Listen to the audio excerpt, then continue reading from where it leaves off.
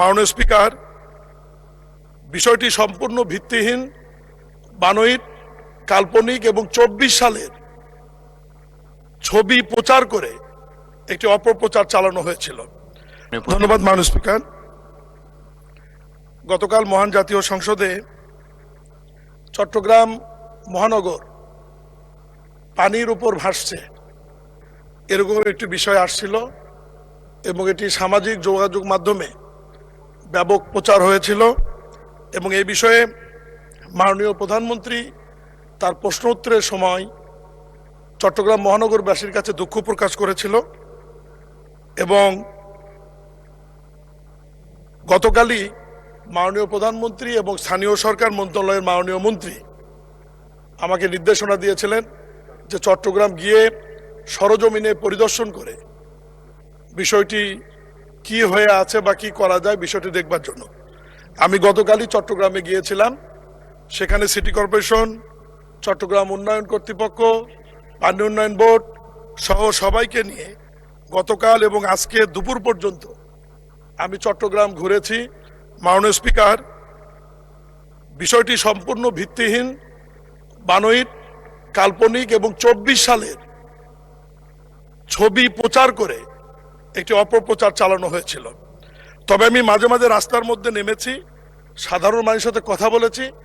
সাধারণ মানুষ এইটুকু বলেছে যে খবরে এবং সামাজিক যোগাযোগ মাধ্যমে নিউজে মাননীয় প্রধানমন্ত্রী যে চট্টগ্রাম নগরবাসীর কাছে দুঃখ প্রকাশ করেছেন, এই জন্য তারা খুব আনন্দিত হয়েছে, খুশি হয়েছে এবং মাননীয় প্রধানমন্ত্রী অত্যন্ত বড় মনের পরিচয় দিয়েছেন যে আমাদের একজন সংসদ সদস্য বা খবরের উপর ভিত্তি করেই উনি দুঃখ প্রকাশ করে ফেলেছেন এবং এটা নগরবাসী খুবই পজিটিভ নিয়েছে এবং নগরবাসী বলেছে যে আজ থেকে 1 বছর আগে 2 বছর আগে যে পরিমাণ জলাবদ্ধতা হতো এখন সেটি নাই। চট্টগ্রাম নগরীতে টোটাল 57টি খাল রয়েছে মাননীয় স্পিকার। এর মধ্যে 36টি খাল চট্টগ্রাম উন্নয়ন কর্তৃপক্ষের মাধ্যমে 12,000 কোটি টাকা ব্যয়, ওখানে ইঞ্জিনিয়ারিং ব্রিগেড সেনাবাহিনীর তারা এটা বাস্তবায়ন করছে। এর মধ্যে 30টি খালের কাজ সম্পন্ন হয়েছে, 6টি খালের কাজ চলমান ছিল এবং এই যে 6টি খালের কাজ চলমান আছে, এই খালের কাজ করতে গিয়ে কিছু জায়গায় ব্যারিকেড বা বাঁধ নির্মাণ করা হয়েছিল। হঠাৎ অতিবৃষ্টির কারণে ওই বাঁধগুলির কারণে জলাবদ্ধতা তৈরি হয়েছিল এবং 220 মিলিমিটার বৃষ্টি হয়েছিল ওই দিন চট্টগ্রামে।